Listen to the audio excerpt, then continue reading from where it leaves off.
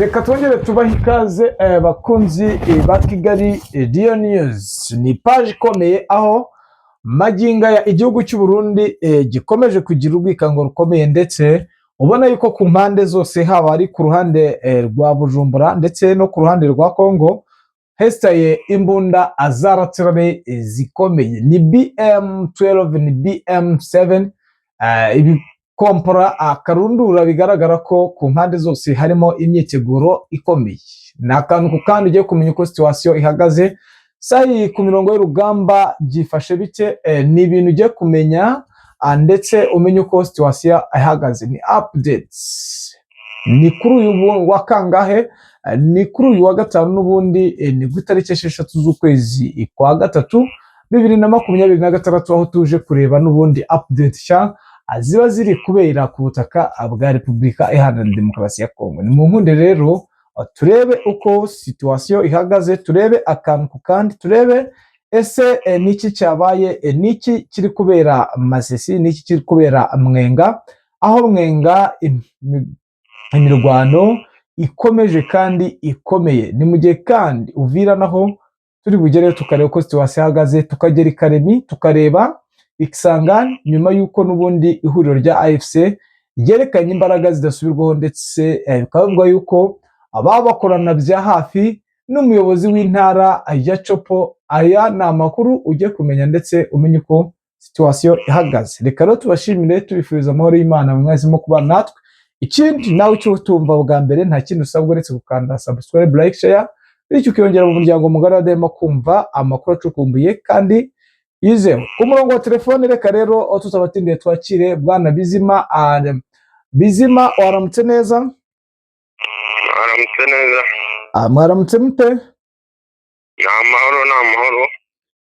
How situation sahi? Kiriho muri iki gitondo ni imirwano yagira mu kira henshi cyane mu bice bitandukanye, yaba ari Sud Kivu cyangwa Nord Kivu. Reka duse naho tureba mu mirwano iri muri iki gice cya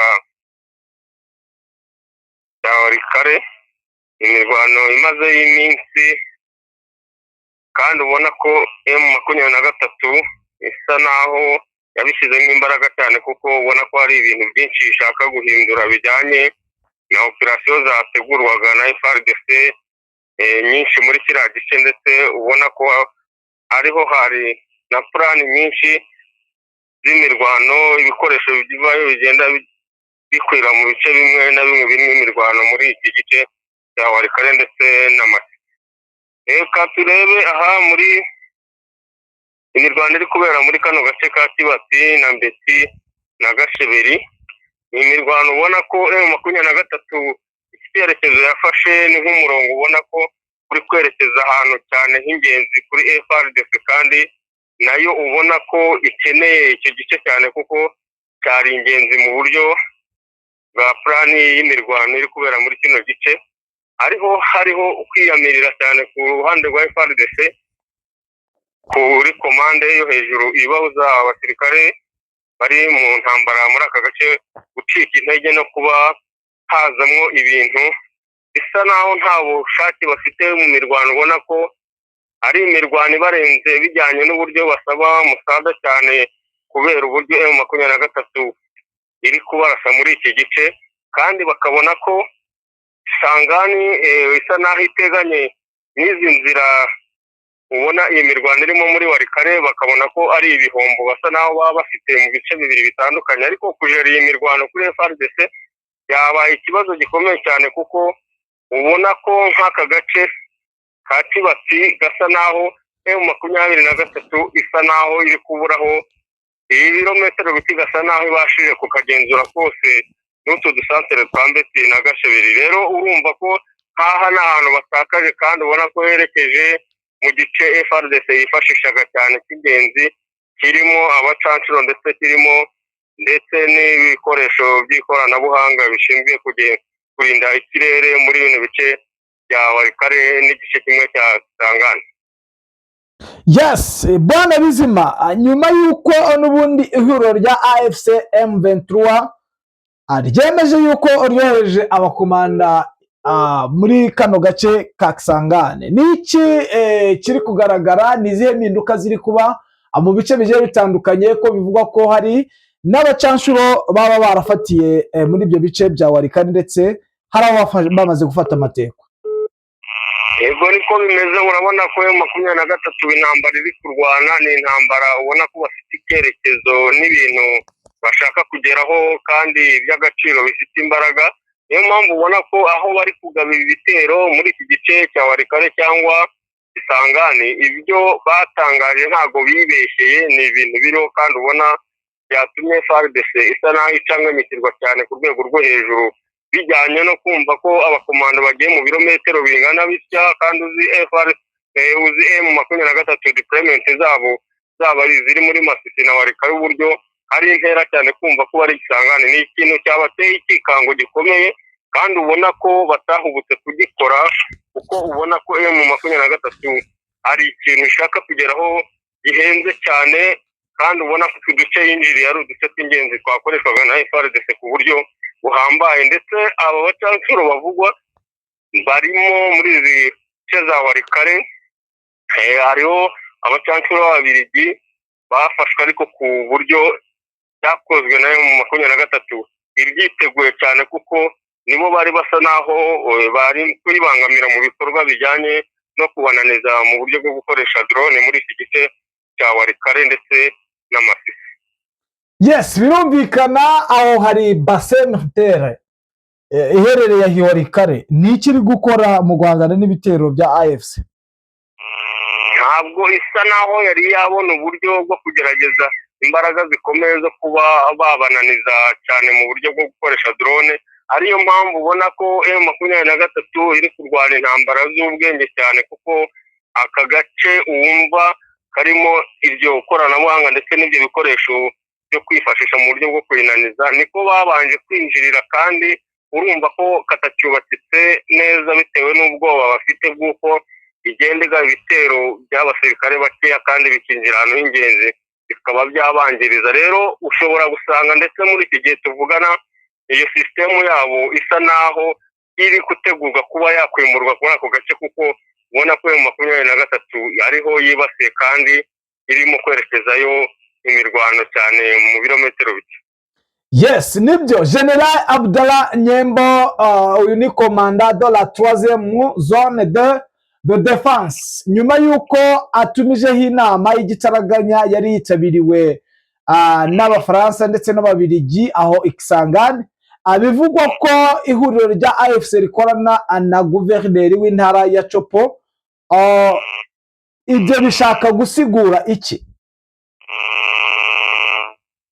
Abo ni ukumva neza.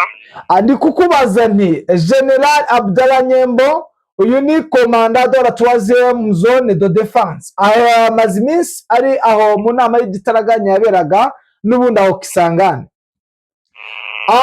Biravugwa ko AFC M23 ikorana bya hafi na guverineri w'intara ya Chopo. Ayo yaba ari amakuru yizewe cyangwa ni amakuru y'ibihuha?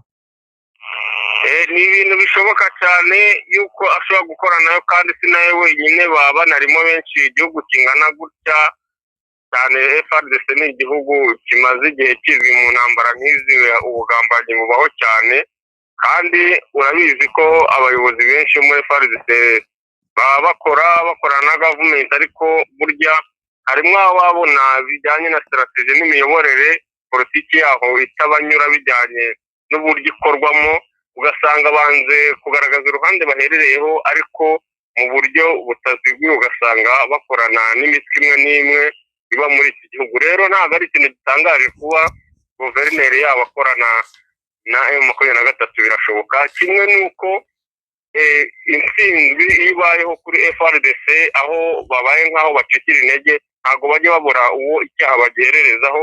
Hari n'ubwo biba bityo arengana ntaho ahuriye nabyo, niko DRC muri politiki yabo ndetse n'imikoranire yabo mu gihe cy'intambara, niko baba bameze. Yes, mbere yuko utujyana ku yandi max, nyemerera tubanze turebe ibikomeje kubera aha ni muri teritwari ya Rubeho, aho EDF ikomeje kukameza ndetse ikaba yubuye imirwano ikomeye cyane bitewe n'ibikomeje kugenda biba muri ibyo bice, ariko ingabo z'Abagande zamaze kuhagera ubona yuko bakomeje imirwano. Ibi bikomeje kuba nyuma y'uko n'ubundi iyi teritwari ya Rubero ariho hari kuba kugeza ubu umugaba mukuru wungirije w'igisirikare cya FARDC Jacques Charigonza uhamaze iminsi mu gutegura operasiyo, dore ko ari nabyo ashinzwe mu gisirikare cya FARDC. Bwana Bizima, EDF ikomeje kukameza mu guhungabanya umutekano w'abaturage, ndetse abaturage bari gupfa ntibiri kuvugwa, abenshi ntibajya babivuga, ahubwo bakomeje kuvuga ku ntambara ihanganishije ihuriro rya AFC M23 ndetse na FARDC n'abafatanyabikorwa wayo, harimo aba FDLR, harimo mayimayi zigiye zitandukanye n'ingabo zagiye zituruka mu bihugu bigiye bitandukanye. Bwana Bizima, icyo gice kirimo umugaba mukuru w'igisirikare wungirije wa FARDC amaze iminsi mu bikomeje kuba, wenda hari ukuntu hajya habaho kuvuga ngo kuva yahagera hari icyahindutse, kuko ukwezi ndumva kumaze gushira ageze muri ibyo bice, kugeza na n'ubu ntiyari yasubira i Kinshasa. Niki mu mutekano yaba yaragaruye muri Nord Kivu, kuko yari mu byari byamuzanye no kugarura umutekano muri ibyo bice ndetse no kuba yahangana n'ihuriro rya AFC. Niki ubona yaba yaragezeho mu minsi ahamaze, Bwana Bizima? Ego, uriya ni umugaba w'ingabo wungirije kandi ni umusirikare ukomeye uzwi cyane. Urabona ko kuza hariya bamwitabaje bari bamaze kumenya amakuru kuri operasiyo yari hari. Urabona ibi bitero byari bimaze iminsi byigaruriye ziriya nce za Gatoyi mu gihe gito. Uruhande rwa M23 bari basa naho batakaje, kuko byari ibitero biteguwe mu buryo butari buzwi neza. Rero urabona ko muri aka gace hari impinduka zari zabayeho mu bijyanye na operasiyo.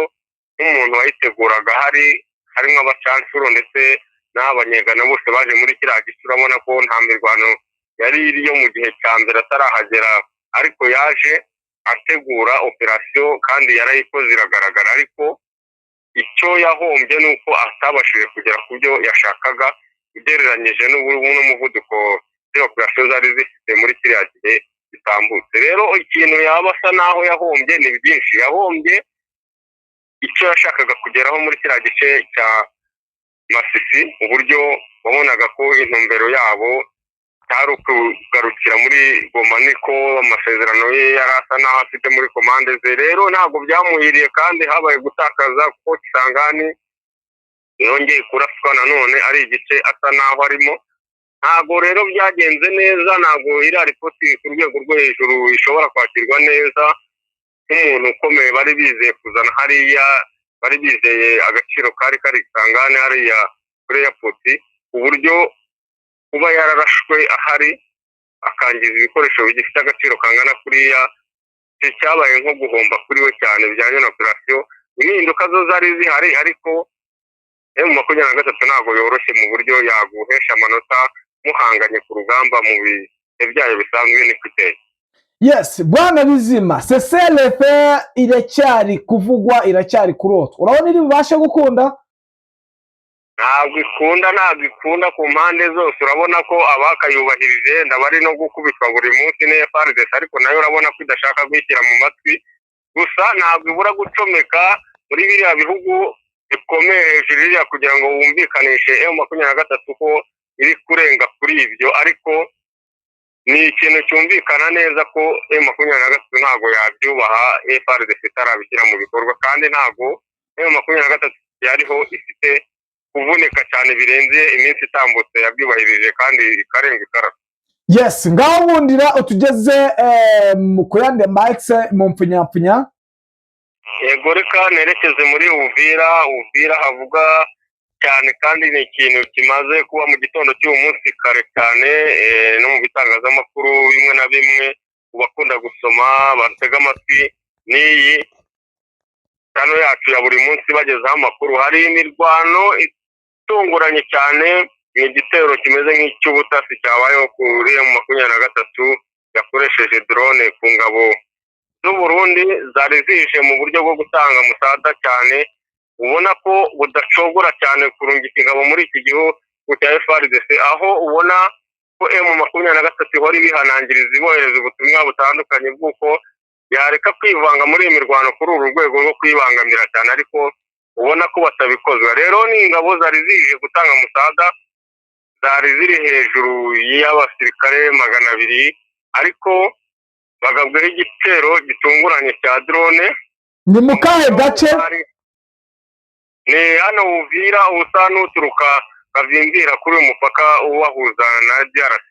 Yego. Bazaga n'imodoka zabo, ariko bamara gusa n'aho bambutse duwani yambutse bakagenda n'amaguru, imodoka zigasubirayo mu buryo bwo gushaka gukoresha amarenga n'ubwenge. Urabona ko bikanze cyane yuko byagaragara ko bavuye, urabona ko ntibari bakeneye ko bimenyekana, ariko ubutasi bwa M23 byihuse kare cyane bwari bwabimenye, imodoka barazireka ziraza, ariko imodoka esheshatu izanyuma 3 zaje zo zakomeje, basa naho bari mu buryo bwo kugira ngo bagabanye ubwinshi bw'ubucucike mu muhanda, basa n'aba basigaye ibirometero nka 2 babone kuvamo, ariko drone baboherejeho yabakoza agashya kuko yabarashe bakiri mu modoka bataravamo, kuko imodoka 2 zo zabaye nk'izihatikirira, uburyo inkomere ndetse n'abahasize ubuzima ari benshi cyane, ari ikintu cyababayeho mu rukerera cyane butaracya neza, ku buryo bakoresheje ibishoboka byose kugira ngo bujye gutandukana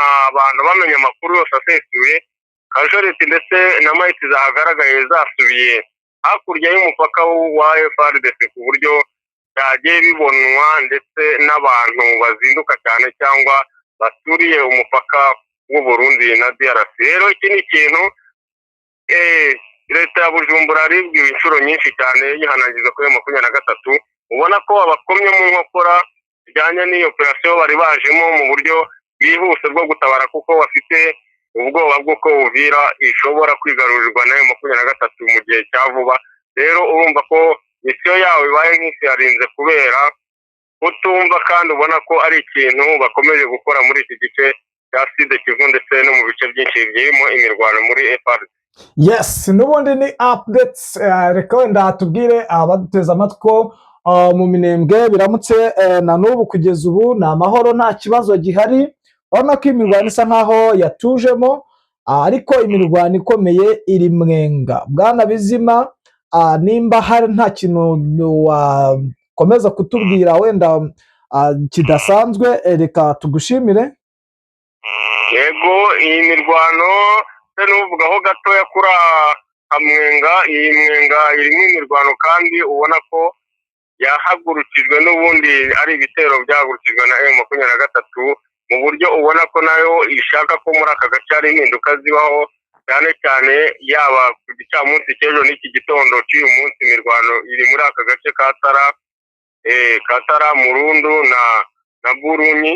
Ni uduce ubona ko M23 yatugabyeho igitero uko ari 3 mu buryo bwo kugira ngo ice intege iyi coalition iriyo. Ubona ko yari isa nayo ifite umugambi yuko nayo yakwasa umuriro kuri M23. Rero ubu ntago bagiterwa, basigaye icyo baragisibye. Intego yabo ubu nibo bari kugaba ibitero, kandi bagakora akazi ku buryo bigarurira uduce bahanganye na. Yes, nibyo. Bwana Bizima, reka tugushimire. Urakoze cyane nawe. Akatuboneho no kukwifuriza igitondo cyiza. Yego kuri twese n'abatwumva. Yes, niko situation ihagaze, nuko bimeze sayingiyi amagingaya, ariko igikomeye cyane n'urwikango ku mpande zose. Ese ihuriro rya AFC M23 rirasa ku gihugu cy'u Burundi? Ese u Burundi buri burase buturutse muri biriya bice byabayeho mu minsi yashize, ndetse bitera habaho no kuba abarasa ku mbunda ya Ratsirare yari ishinze i Remera. Nyuma yaho ihuriro rya AFC ryangiza bikomeye iyo mbunda yari za Cibitoke. Usesenguzi mu bya politike bavuga ko bitari buze koroha, ndetse urwikekwe ari rwose, bitewe n'uko gasopo ihuriro rya AFC bahaye igihugu cy'u Burundi biturutse kuri drone yajyanye impapuro ikazishyira i Bujumbura. Urabona yuko hakiri uruntu turahabaye rero kugira ngo tumenye how situation natwe kugira ngo tubagezeho. Reka twifuriza amahoro y'Imana, twihanganisha cyane bikomeye abari muri zone y'intambara ndetse n'abarwayi muri rusange. Ciao, Imana ikomeze ibane namwe.